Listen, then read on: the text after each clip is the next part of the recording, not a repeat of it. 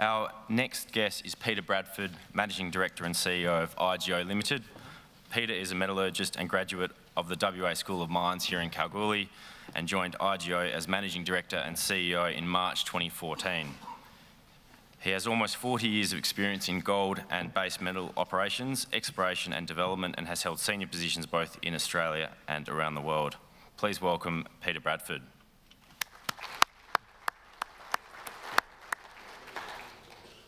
Thanks, Toby. 40 years. For those people that are doing the math, I started in the industry when I was 2, right? So my name's Peter. It's great to be here to talk to you about IGO today at the Diggers and Dealers Mining Forum. And I want to echo Jim's earlier comments about the great job that the forum organisers have done in delivering the forum this year in what has been truly difficult circumstances. So well done to everyone involved. And isn't it fantastic that we can meet in crowds like this? And it really makes you appreciate how great it is to live and work in Western Australia. And we need to reflect on how difficult it is for other people in other jurisdictions in Australia and elsewhere that are doing it much tougher and have been in consistent lockdown since March.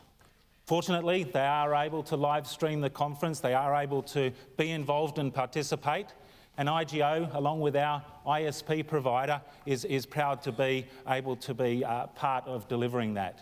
For those that don't know, there's a wireless connection on the top of this building. It's projecting across to our exploration headquarters on Hunter Street, connecting with our peer-to-peer fibre optic link down to Perth and making that live streaming possible. So great to be involved there. Moving right along, IGO, we're a West Australian-based business. We've got 2 great high-margin assets, 30% interest in the Tropicana gold mine in collaboration with AngloGold Ashanti, and 100% interest in the Nova nickel, copper, cobalt project. Both excellent projects. We've got an enduring commitment to greenfields exploration to deliver the mines of the future, and we have a great board, a strong leadership team, and we have a well-developed ESG culture. I last presented the company at the Australian Nickel Conference just 8 days ago, and I've got to tell you that not a lot has happened in the business since then. So for those that did attend the Nickel Conference, you'll see that some of the slides that we're using and some of the materials we're presenting, it's going to be the same, but we have moved the furniture around just to make it look different. Is there something wrong with the optics just here? Not sure, Peter. I'll check for you. We've lost a screen in the front here, so we'll just try and get that up and running. What I won't do, which I did at the Australian Nickel Conference, is I'm not going to talk about my car. I'm not going to talk about my Tesla P100D, and I'm not going to talk about what a fantastic journey that has been over the last year and 4 days. And I've got to tell you, it's the best car I've had in my life. And I'm not going to tell you how low cost it's been to operate. You know, it's just registration and insurance. And I'm not going to talk to you about the performance and the fact that it can do 0 to 100 in 2.4 seconds. And I'm not going to talk about the ever-evolving technology, which makes it seem like a new car every time you get a software update. And I'm not going to talk about the self-drive, which is yet to come. You know, the brains are in the car, but it's yet to be enabled, and the excitement of that, or lack of excitement, whichever way you think about it, is yet to come. What I will talk about, I'll talk about our strategy, I'll do a recap on 2020, and I'll talk about what to expect over the coming year, the outlook for FY21. So, first thing, talk about our strategy. I'm flying blind here because we haven't got anything on the screen in front. And I'll talk about our strategy. And a key plank to our strategy is our people, our culture and our people. Our people are bold, passionate, fearless and fun. And it's often said that culture eats strategy for breakfast. And the team at IGO, our culture, is very much proof of that.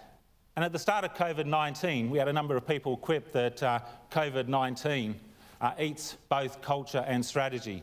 And what I've got to tell you is that based on what I've seen at IGO, what I've seen around the industry here in Western Australia, and what I've seen from our state and federal governments, leadership, great leadership, eats COVID-19. So our strategy is focused on high margin, high quality assets that are aligned to clean energy. And when I think about clean energy, what I'm talking about is renewable energy generation, harvesting the power from the sun and the wind. I'm talking about grid-scale energy storage, and I'm talking about the electrification of transport, EVs, back to my Tesla. And why do we do that? Why do we want to focus on that? And it's all about delivering cleaner air. And one of the silver linings, the only silver lining of COVID-19, is that it's allowed us to get a glimpse of what that looks like. We have seen in parts of the world that haven't seen clean air in a generation, we've had a glimpse of clean air. This here is a photograph from the India gates in New Delhi, India. And the photo on the left is before COVID-19, and the photo on the right is during COVID-19. Quick poll, show of hands, who prefers the photo on the right? Absolutely, we all do. We all want cleaner air, we all want cleaner oceans, voila. And we all want a better planet for future generations. There's lots and lots of metals which are critical to making clean energy possible. Our space that we've mapped out for IGO is a primary focus on nickel and copper. And we've got a continuing work program to look at whether or not we should get involved in some of the other metals that are critical to delivering clean energy. Overlaid on that is our enduring focus on high margin assets with scale and long mine life and with solid ESG fundamentals. I'm not going to talk about what the future holds, what the market supply-demand dynamics are for each of the clean energy metals, and I'll dwell shortly on nickel and use it as a proxy for all the rest, because the story is much the same.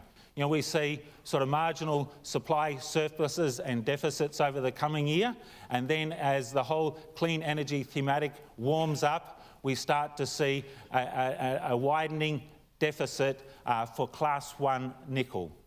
And the challenge for us as an industry is ensuring that we're delivering new supply of Class 1 nickel to make sure that we are not responsible for slowing down the evolution of clean energy and electric vehicles.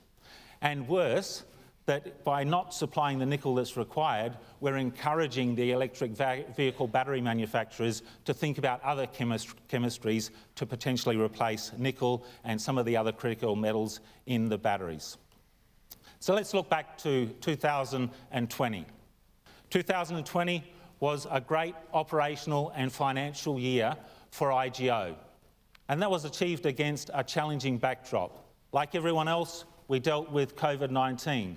And before that, during the summer months, we dealt with bushfires, which impacted the area around our Nova operation and cut the umbilical cord, the air highway, which provides our link to the outside world and our connection to our supply chains. And prior to that, we had the challenge of dealing with a fatality in the business involving one of our contract employees.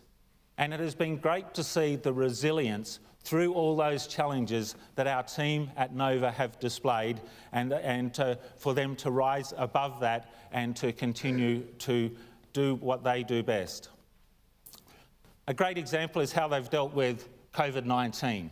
Our focus was simple: safeguard our people, protect the community around us to ensure that we are not exposing them to a greater risk than what they would have otherwise been exposed to, and ensuring business continuity to make sure we had multiple supply lines for our raw materials and supplies, and making sure we had additional people in the business so that we could cater for any increase in absenteeism during COVID-19.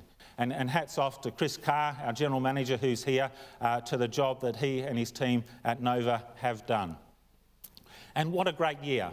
Nova delivered across all metals, nickel, copper and cobalt, production above the top end of guidance and a cash cost within guidance. And that cash cost, $2.41 per payable pound of nickel, is the lowest cash cost of any nickel producer in Australia. And that result was achieved despite the extra costs from COVID-19 and despite the challenge of lower byproduct credit pricing realised during the year than what we assumed when determining our guidance range. And you can see there the quarterly chart on the right-hand side showing our performance since we started commercial production at Nova in July 2017. We had 2 to 3 quarters of ramp up, and then we've delivered consistent operational performance, consistent production, consistent cash costs since then. And Nova is an absolutely outstanding asset with high free cash flow margins and high EBITDA margins. Likewise, Tropicana is a high EBITDA margin business, 60% EBITDA margin, and during 2020, the AngloGold team delivered production and costs within guidance. And I was up at Tropicana last week, Tuesday I recollect, and it was great to interact with the AngloGold team, and I always walk away pumped because they are first-class operators and continuing to deliver consistent and disciplined performance. While on site, we went underground at the new Boston Shaker development, and we crawled through every nook and cranny, and the team there, AngloGold and McMahon, the underground contractor, are doing a fantastic job of ramping up the Boston Shaker underground mine, and I congratulate them on bringing this project safely and on budget and on time through to the commercial production at the start of September 2020. I see this as just the first underground mine for Tropicana, and work programs are underway to look at the potential for further undergrounds. We've just completed a drill decline to provide a drill platform under the Tropicana pit, and we have drilling starting there this month. And we have parallel work programs looking at the potential under the Havana pit. So watch this space. Underground mining will become more and more important at Tropicana to deliver a stronger and longer gold production profile.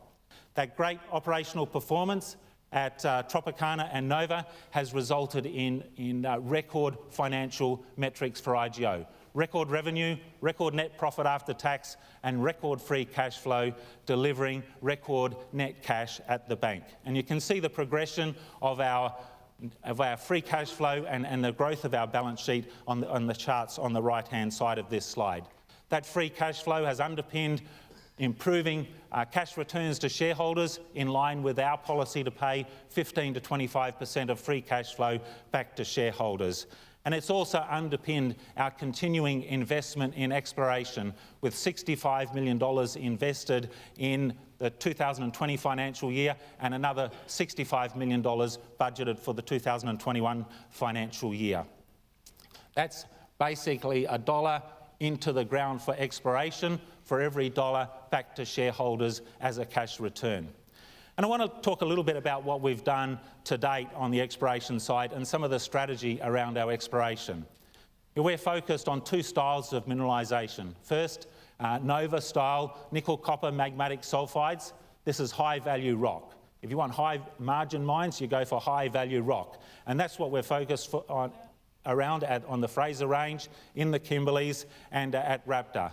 The second style of deposit we focus on SED-hosted copper. Again, potentially high-value rock, delivering high-margin mines in the future. And we have a number of projects where we're focused on SED-hosted copper. And you can see there we've been very strategic in selecting what we think are the very best terrains for those 2 types of mineralisation in Australia.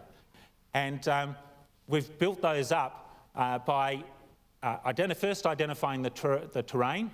Lots and lots of work into that, measure 9 times, cut once, and then we've gone out having determined the right terrains to build the land position. Some we've been fortunate in doing off open plan, pegging those tenements, but more likely we've done it by working with and collaborating with partners to buy the land, joint venture the land. And to build a portfolio like this, you can imagine that's a lot of deals, and that's created a lot of news flow. And it has attracted some commentary that it's a scattergun approach, but it's a very simple strategy here.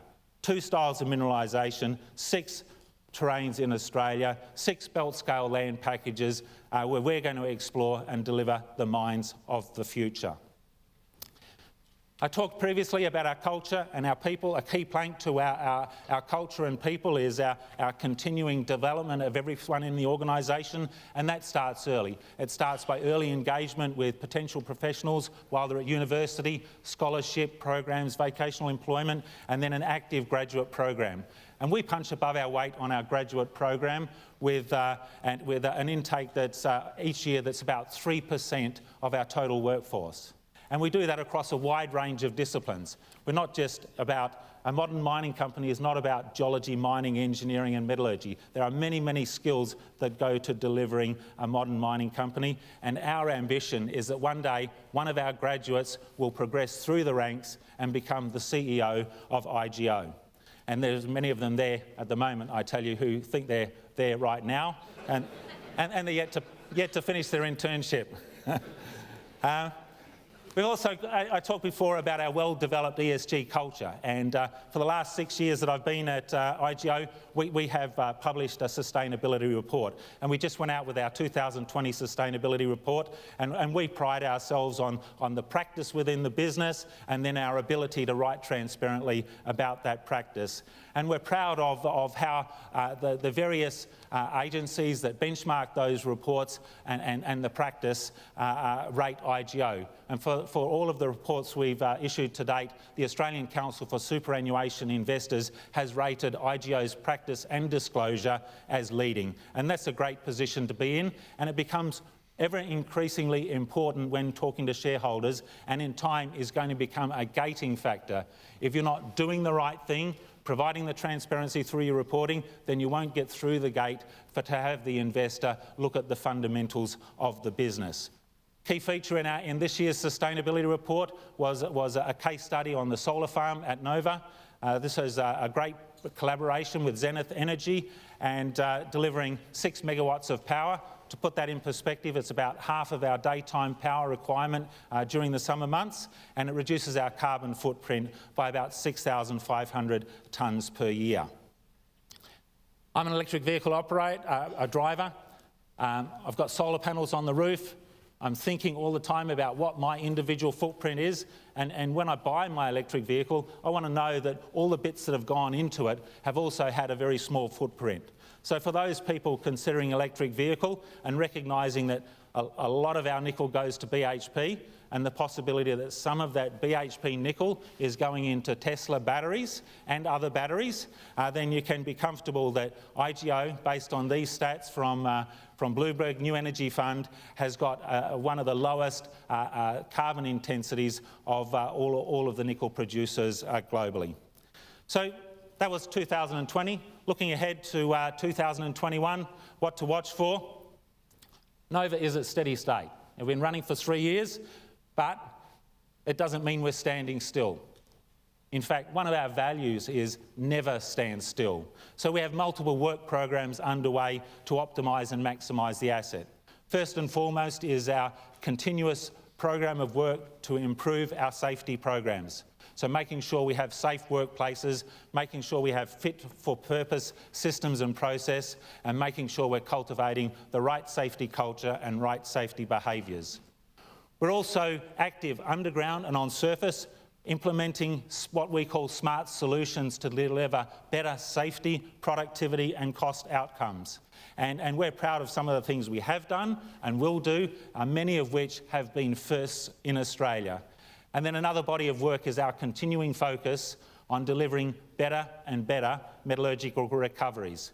We've demonstrated great progress over the last 2 years, but there's still more room to move, and we aspire to better nickel and copper recoveries. We're currently working through mining the data from past operations, working out what's worked well, what's worked less well, and then working through that information to ultimately deliver consistent and enduring higher metallurgical recoveries.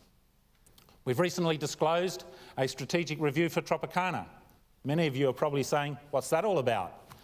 What it's about is a certainty that we're not seeing Tropicana's value fully reflected in our stock price. And like a simple way to look at that is take Western Areas, a pure nickel producer ourselves. We both trade at a PNAV somewhere around 0.8, 0.85, depending on which bit of sell-side research you look at. Many of the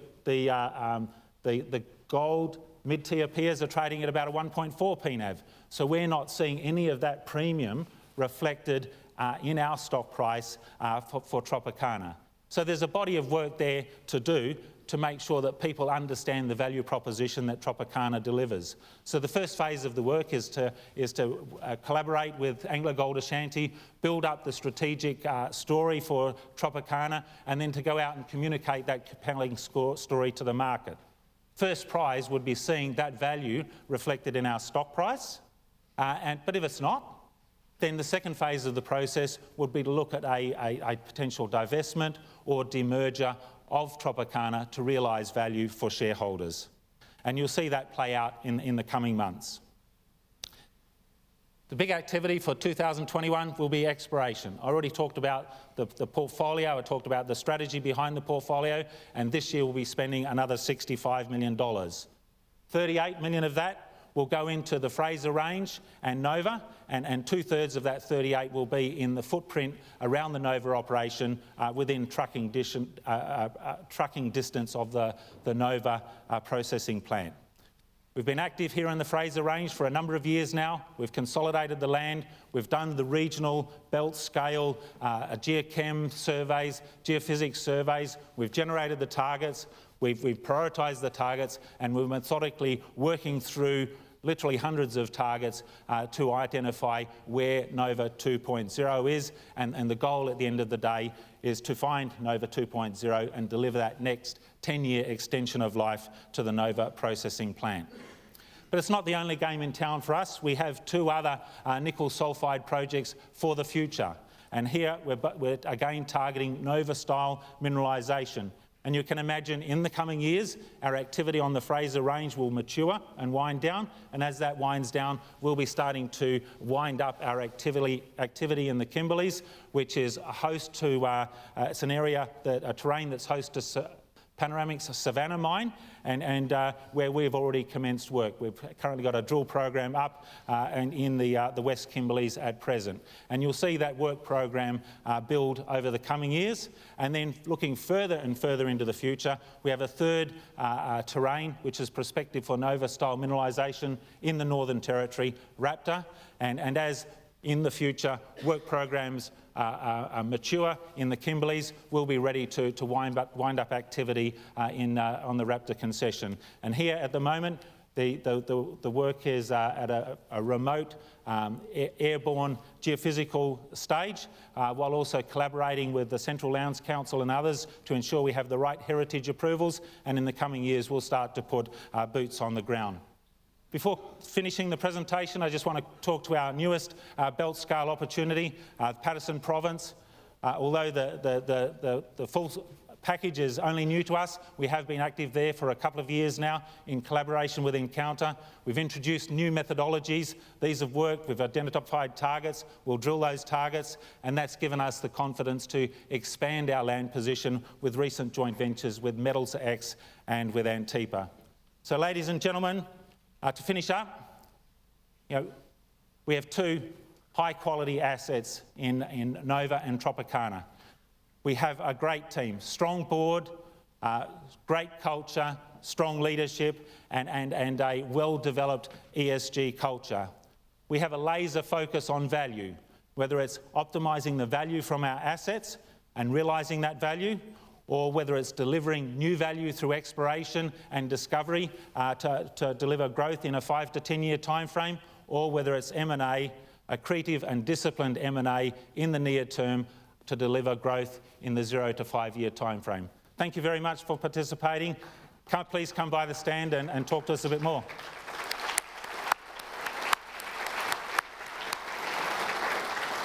Thank you, Peter.